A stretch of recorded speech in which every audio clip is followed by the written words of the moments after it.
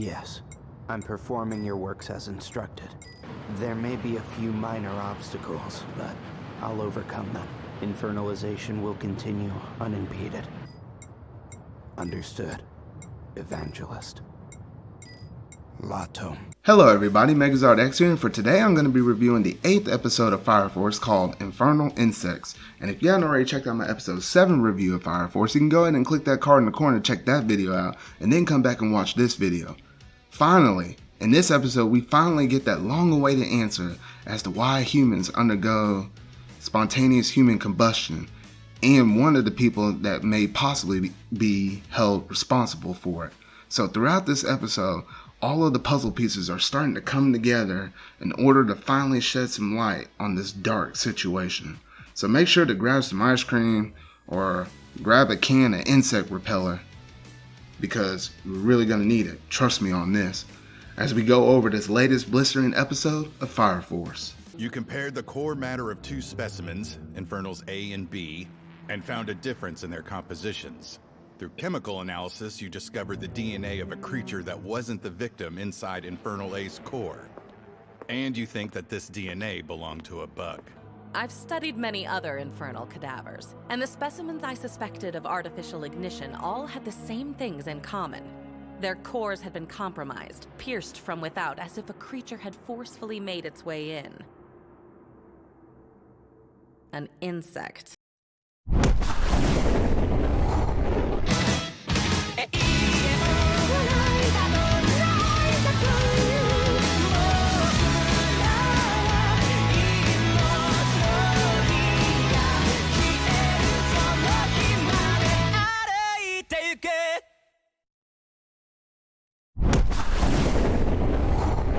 At the very beginning of the episode, we see some mysterious person that looks somewhat familiar, but we are unable to identify.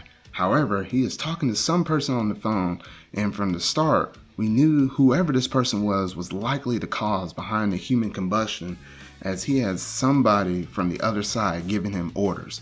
Meanwhile, at the 8th Special Fire Brigade, Akitara and Hibana are discussing the creation of the artificial flame humans, to which they conclude that inside the corpses of artificial flame humans were genes of a particular bug.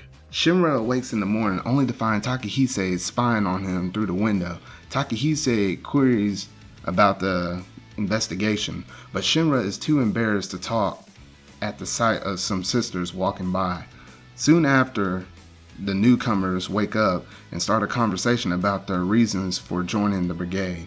Suddenly, Tamaki bursts in, and Arthur accidentally lifts her skirt up, and as she runs away from him, lands flat on Shinra.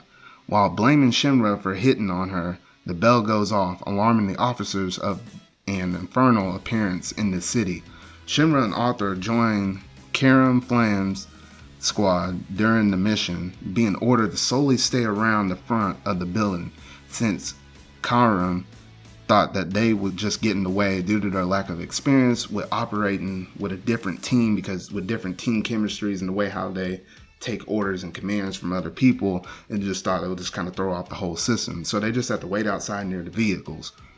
While standing outside, Shinra catches a glimpse of an arm replicating the robe of one of their priests, inserting a bystander with something, and immediately igniting them and turning them into a flame human.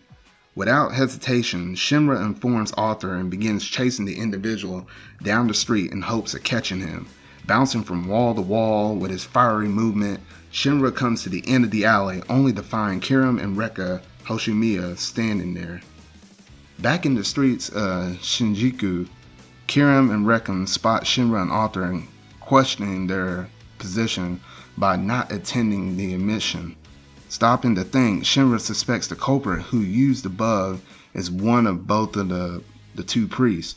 Arthur rushes in to question them, but Shinra elbows him in the stomach and tells the priest that they got lost since they weren't very familiar with the new area.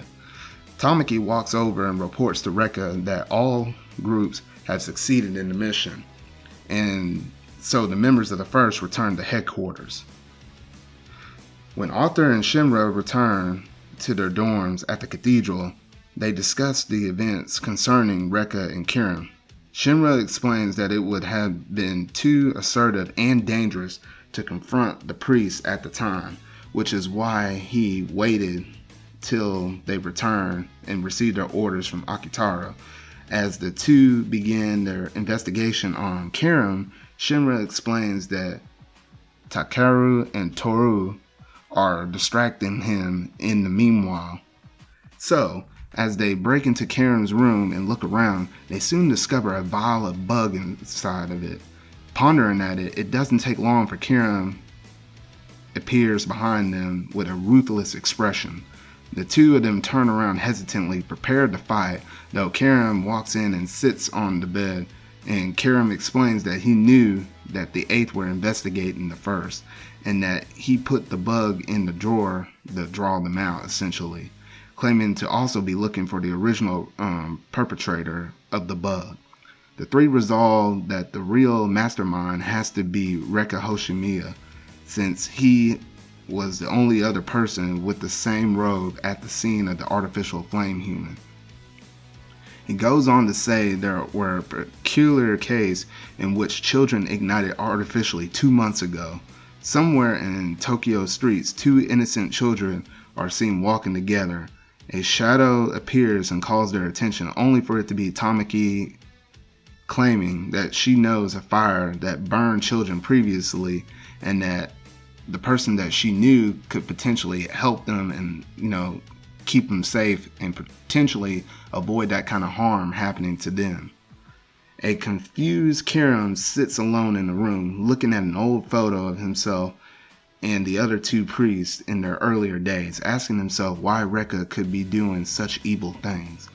As he walks down the hallway, Shinra and Arthur confront him and express their desire to help with capturing Rekka, the culprit of the artificial flame humans. After continuously insisting, Kirim releases their desire to help and tells them to do whatever they want.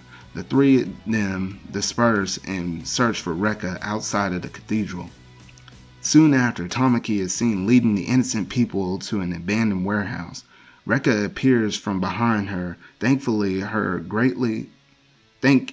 her greatly for bringing as many people as she could. He then passionately exclaims to have found a prayer that will prevent people from transforming into flame humans, to which Tamaki looks at him admiringly. As Rekka tells Tamaki to leave so he can concentrate on the prayer, she insists to stay so she can see the prayer. Suddenly, Rekka hugs her and tightens his grip, suffocating Tamaki and causing her to pass out in the process. Turning to the children with a sadistic expression on his face, Rekka implants the bug into the woman and her head suddenly ignites. As she was not compatible for the spark, Rekka savagely kills her.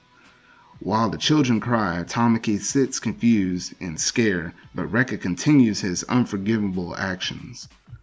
Tamaki started pleading to Rekka, saying how much she admired him, and Rekka didn't even hesitate to punch her, after which he expresses his passion to create flame humans for his leader and find the person compatible with the flames.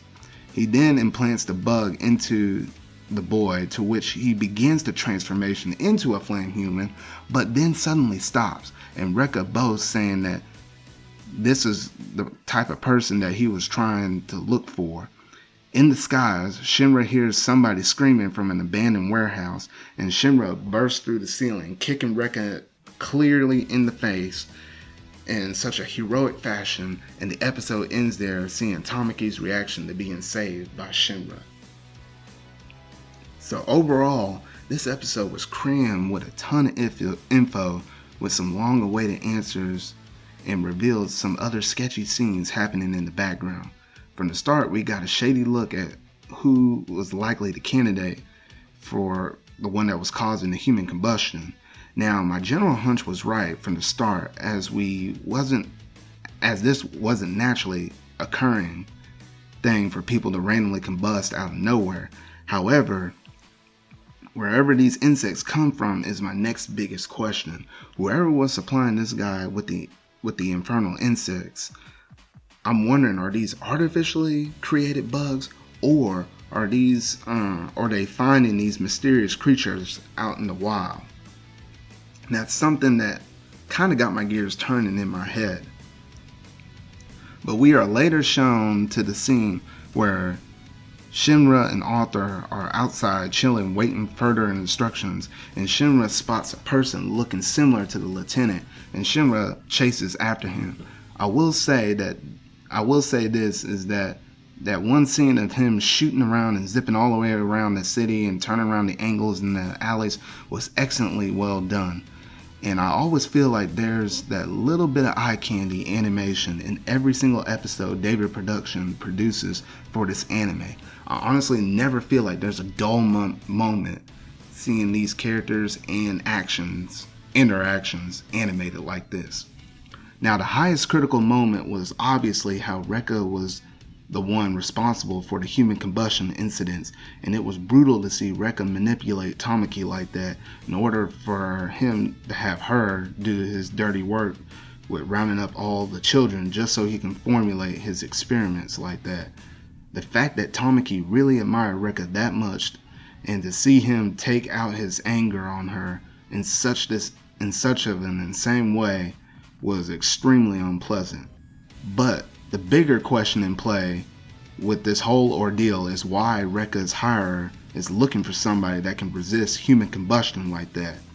Is there something unique with a person's ability who could be resistant to, human combustion that's not a second or third generation fire soldiers like Shinra or Arthur or even Tamaki?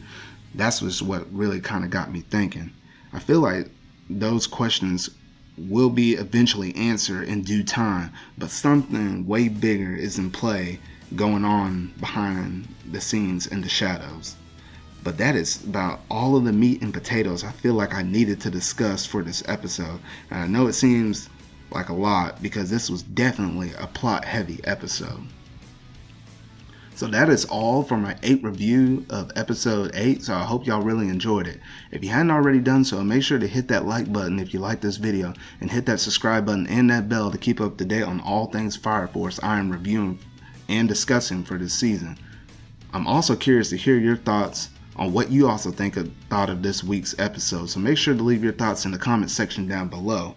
Man, it's hard to believe that we already hit 33% of the way to the final end game, at least for this first half of the tour for Fire Force for this anime so far.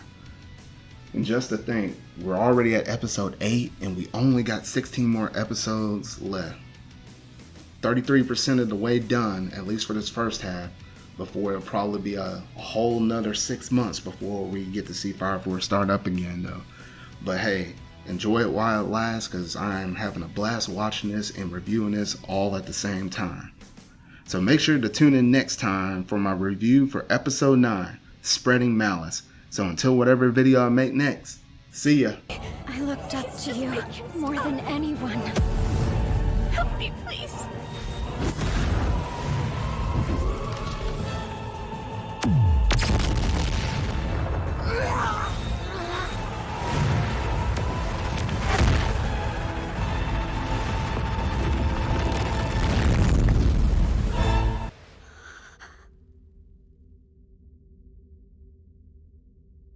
Hey, Tamaki.